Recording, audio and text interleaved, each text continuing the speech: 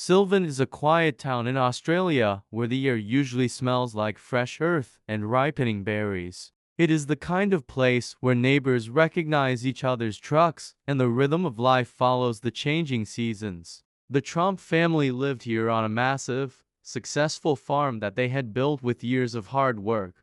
Mark and Jacoba Tromp were respected members of this tight-knit community. Their three adult children, Rihanna, Mitchell, and Ella, all lived and worked on the farm alongside their parents. From the outside, they were the perfect image of a stable, hardworking family enjoying the fruits of their labor. Everything changed on a cold Monday in August of 2016. Without any warning or explanation, the entire family of five piled into their car and sped away from their home. They left the doors to their house wide open and the keys still sitting in the ignitions of their farm equipment. The family was not going on a planned vacation or a simple day trip.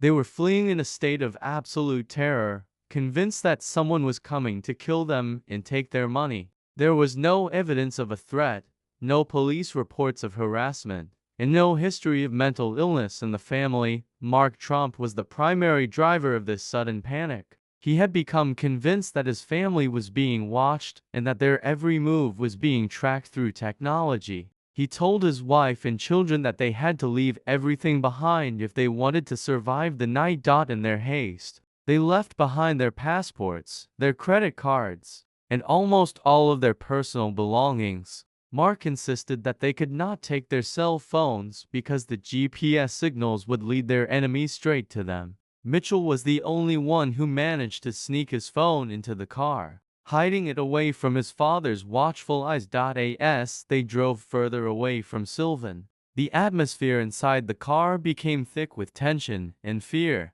Mark grew more agitated with every mile, constantly checking the rearview mirror for cars that might be following them. He was convinced that the invisible forces chasing them were closing in. When Mark eventually discovered that Mitchell had brought his phone along, he spiraled into a fit of rage and panic. He believed the device had already betrayed their location to the people he feared. He forced Mitchell to throw the expensive phone out of the moving car window into the tall grass by the side of the road. The family drove for nearly 800 kilometers, crossing the border from Victoria into New South Wales. They traveled through the night without stopping for rest or food, fueled only by pure adrenaline. By the time they reached the city of Bathurst, the pressure of the shared delusion began to tear the family apart. Mitchell was the first to realize that something was deeply wrong with the situation. He saw that his parents were not acting like themselves and that there was no one actually following them.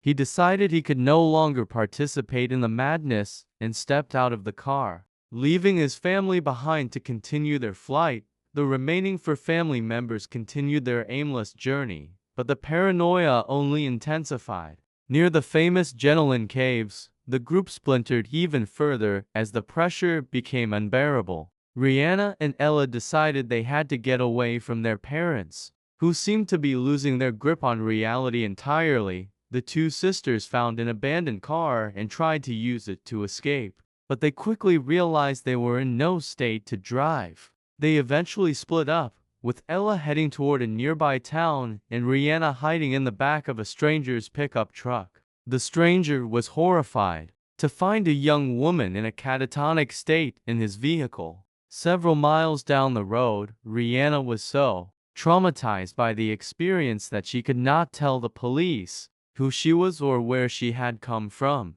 She was taken to a local hospital, where she remained in a state of shock for a significant amount of time. Meanwhile, Ella managed to find a way to get back toward their home province, where she was eventually located by authorities. The parents, Mark and Jacoba, were now alone and their behavior became even more erratic. They drove to the city of Wangaratta, where they finally abandoned their own vehicle at a local park. At this point, the couple separated, each wandering into the unknown on their own foot. Jacoba was found a day later in a state of total confusion, wandering the streets of a town nearly 100 kilometers away. She was severely dehydrated and appeared to have no memory of how she had gotten there. She was immediately taken to a psychiatric ward for observation and treatment. Mark remained missing for several more days, sparking a massive police search across the region. Sightings of him were reported by locals who saw a man acting strangely and running through fields. He seemed to be playing a high-stakes game of hide-and-seek with people who were not actually there. When Mark was finally found walking along a highway, he did not look like the successful farmer he had been just a week prior. He was disheveled, exhausted, and still clearly gripped by a sense of profound unease. He was taken into custody and eventually reunited with his family under medical supervision.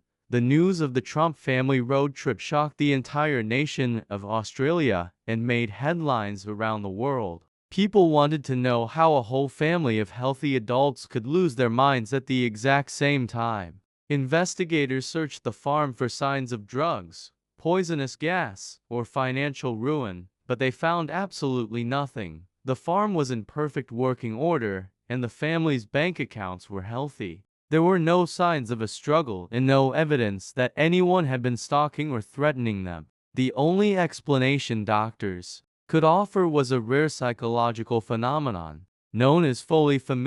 This condition occurs when a dominant individual experiences a delusion and passes it on to those closest to them. In the high-pressure environment of the family car, Mark's fear had become contagious. His wife and children began to see the world through his distorted lens until they all believed the lie was real. As the days passed, the fog of paranoia began to lift for each member of the Tromp family. They were gradually released from hospitals and allowed to return to their home in Sylvan. They issued a public statement thanking the community for their support during what they called a period of extreme stress. The family eventually went back to work on their berry farm, trying to reclaim the life they had abandoned in a moment of madness.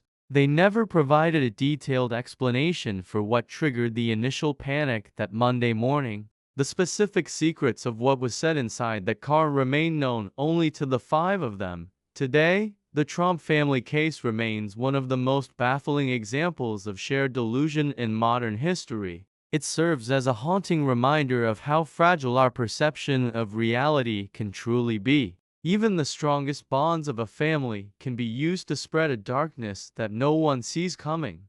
We like to believe that we are in total control of our own thoughts and logical conclusions. However, this story suggests that our minds might be more vulnerable to the influence of others than we care to admit. When the people we trust the most tell us the world is ending, a part of us might just believe them. The berry farm in Sylvan still stands, and the seasons continue to change just as they always have. Life has returned to a version of normal, but the memory of that frantic journey will never truly fade. Some mysteries are not found in the shadows of the woods, but in the quiet corners of the human mind. It is unsettling to think that a lifetime of stability can be erased by a single week of shared shadows. We often look for external monsters to explain the strange things that happen in our world. Perhaps we should be more afraid of the ghosts we carry inside ourselves.